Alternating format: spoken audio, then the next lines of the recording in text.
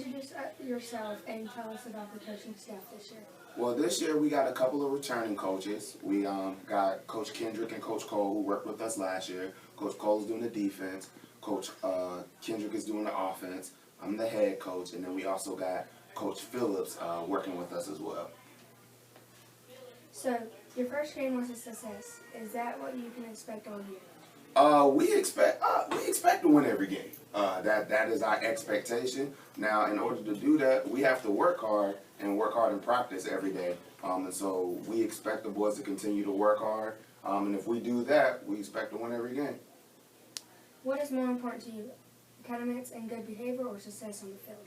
Academics is by far more important than success on the field. I tell my players all the time, no player has ever made the NFL without going to college. So above everything else, you have to take care of your academics. If you could describe your idol player, what would you say?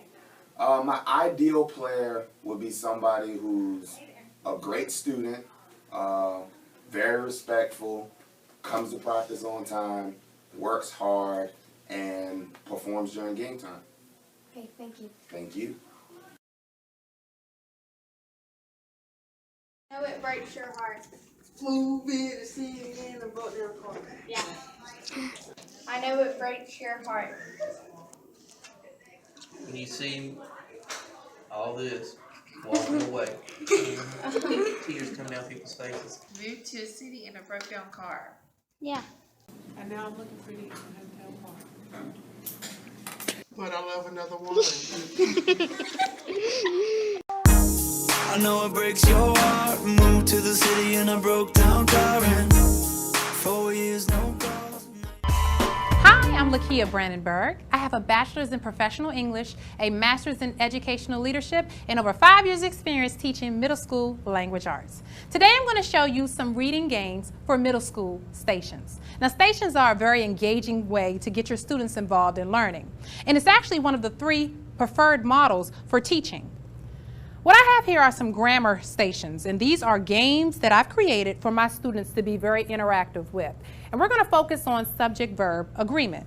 Here I have the game card, as well as the rule card. And what the students are going to have to do first is sort their subjects and their verbs.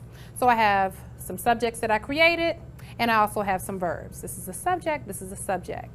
Now, using their rule card, they're going to follow the subject-verb agreement rule.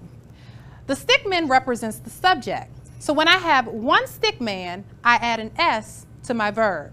So I'm going to find one stickman, or one subject, place it under subject, and then follow the rule. So this rule is telling me to add an S to my verb. So my sentence reads, she skates. This is subject-verb agreement. Here I have a do you have comma sense game. What I have are sentence strips without punctuation, and then I have the game pieces of commas. Your students will have to read the sentences and then place the commas on the sentence where they belong. After the ball game, let's go and get some dinner. So I know that my comma goes between game and let's, because we're separating clauses. This is one of my favorite games. The sentence structure game. This station has 2 games inside of it. What you want to do is to label each sentence structure. We have 4 sentence structures. And what you can do is allow your students to play around with how they would create a sentence structure. For example, you have an independent clause. We know that one independent clause equals a simple sentence. So they would align them as so. Or, what happens when you have one independent clause plus a dependent clause? This will equal what type of sentence structure? So the students will know that this is a complex.